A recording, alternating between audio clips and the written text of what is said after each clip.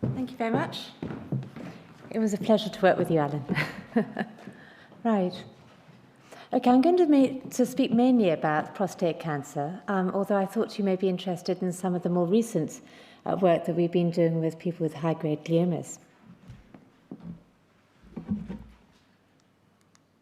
Okay, now, you may wonder what a picture of a jungle is doing right there. I wanted to describe the experience for people when they've been told that they've got cancer. They may have a map, in NHS terms it would be called a pathway, but that doesn't necessarily help them to navigate their way through the system. That doesn't necessarily help them to understand what decisions they want to be making, but there's an assumption that information by itself is all. And when I started working in the oncology service in the Western General Hospital in Edinburgh in 2001, I realized that there were an awful lot of patients coming through to my service that, in fact, that may have been avoided had they better understood the implications of the treatment and they weren't living in regret. There was one particular person who was referred to me with severe depression. It turns out that he was quite actively suicidal because for him the implications of being impotent were catastrophic. And although he did understand that information had been given to him about the risks of that, for him it was unacceptable.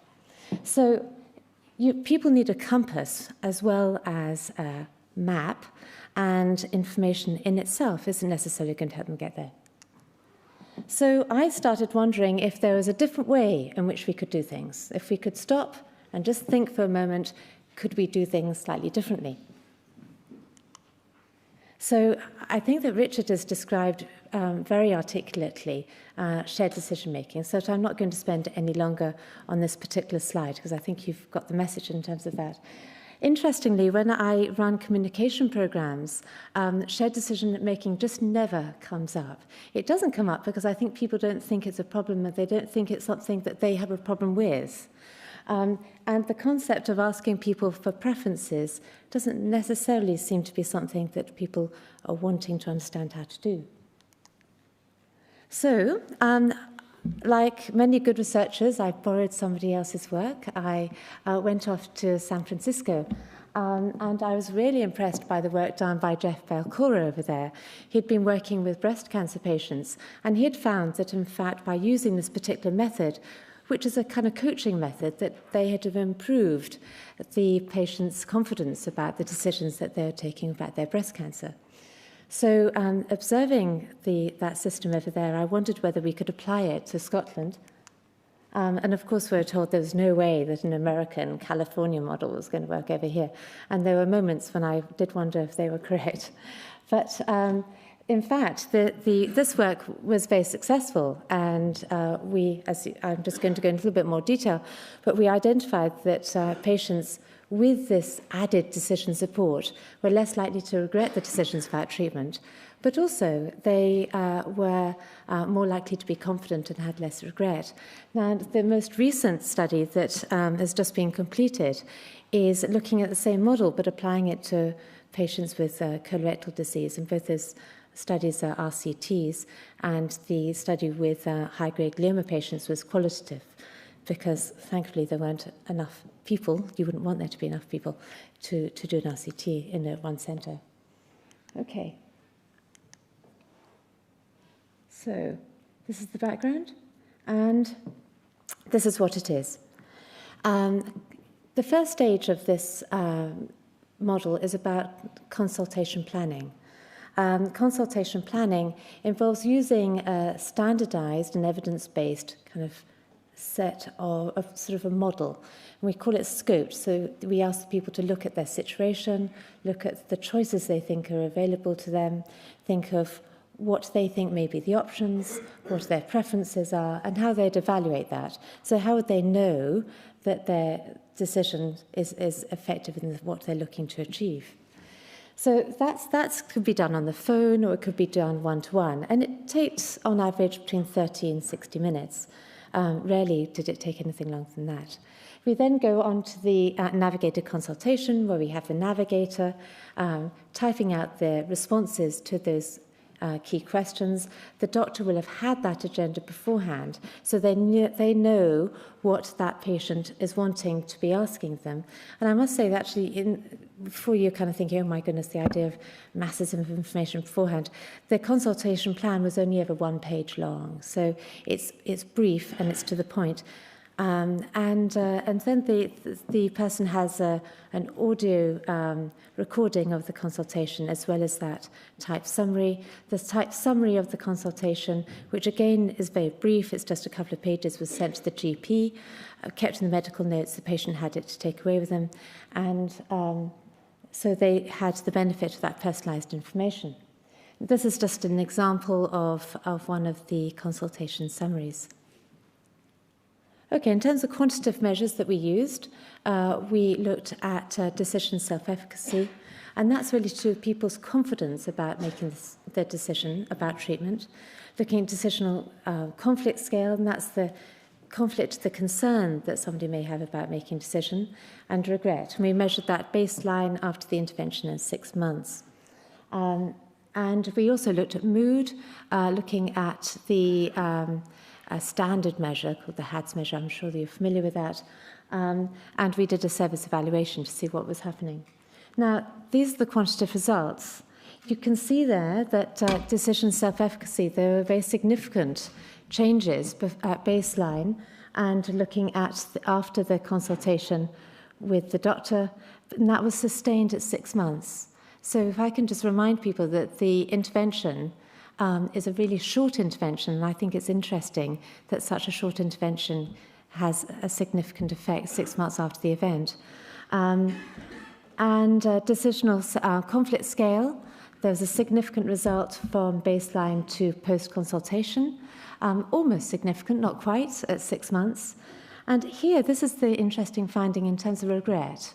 So we looked at those in the control arm, normal care, and we looked at those in the navigation arm, and we found there was a really significant result there about their experience of regret 6 months after the event. Interestingly, there were no differences in terms of mood or adjustment. Most people were very within the normal scale for mood, both and we checked this on multiple occasions as they went through the study. So perhaps that's why there weren't differences between pre and post. And this is the service evaluation. So you see here the kind of things that people were rating the study as enabling them to do. So in general, people felt that the intervention enabled them to make better decisions, helped them to organize their thoughts, enabled them to be more involved, to identify the key questions that were pertinent to them, and to help them to prepare. In terms of the qualitative data, this is interesting, that I think the prostate cancer patients have a really well-supported pathway, and the clinical nurse specialists are completely embedded into the system. And yet these patients tended to talk about not being able to ask vital questions and sometimes being not really prepared. And the navigation patients, again, similar kind of results there in terms of qualitative study as the evaluation. Some of the things that people said to us were, for instance, one of the control patients said, I didn't get the whole picture, it was like it was kind of skated over. He hadn't talked about the things like nerve sparing, I just felt like I was on a production line. And then, in contrast, navigation patients said, I didn't feel as if I was trying to tease information out of him. So, again, you get the sense that people felt much more empowered to be able to ask the critical questions for them. The consultants with whom we are working, in the prostate team particularly, could really see the benefit of it and felt, generally speaking, that people seemed to be a little bit more confident in the consultations. That enabled them to be able to engage in a different kind of conversation because the patients seemed to be so much better prepared. The GPs found this particular study to be particularly helpful. There was one GP who said, it's just so helpful not to look so completely blank when the patient comes in. So they found it a great relief to be able to have a conversation on a different level. They found the consultation summary particularly important because that often got to them before the letter from the clinic, so that they're able to have a conversation with the patient that was much more about what their real care needs were going to be. Okay. Now, the next stage of the study has been looking at people with conditions for which the treatment is only palliative. In terms of the high-grade gliomas, I'm not going to go into the colorectal cancer. There isn't time. So we used the same model, and we wanted to see what kind of impact that had. So instead of it just being a one-off cross-sectional study, which is what the last one was, this one was a progressive study. So people were seen at 3 consecutive occasions through their treatment plan. And again, the consultants found the intervention to be very reassuring, really. And they found that they were able to have again, a different kind of conversation with patients that enabled them to be much more confident that patients were going to be making the right decision. And actually just saying there that actually the consultation time, because that's probably what you're thinking about, did increase slightly, but it was actually only by about 2 to 5 minutes when we timed it. So in conclusion, I'd say that this intervention demonstrated that the particular study intervention did increase people's confidence and understanding and individualized their preparation for the consultations. And it enabled them to have a much better understanding of their treatment and the treatment decision-making. One of the key questions that's been posed to us is this sounds fantastic, but it's part of a study, so how do you make it part of normal care?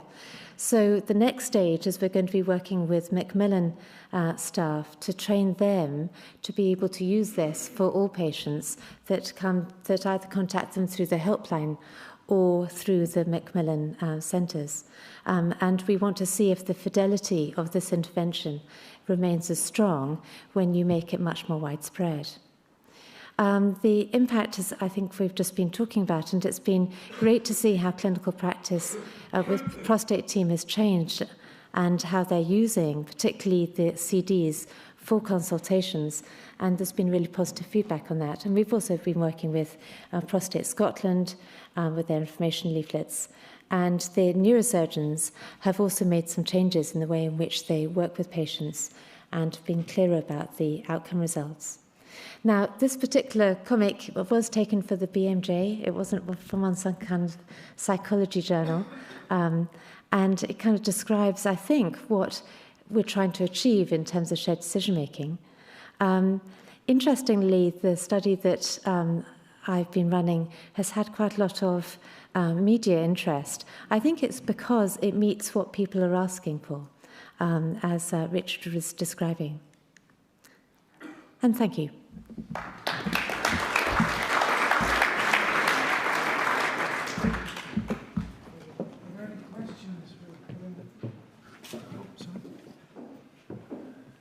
So before Rob comes up, just to elaborate on that, having concluded this study, I thought with my colleagues, what do we do to take the good bits and get them embedded in practice?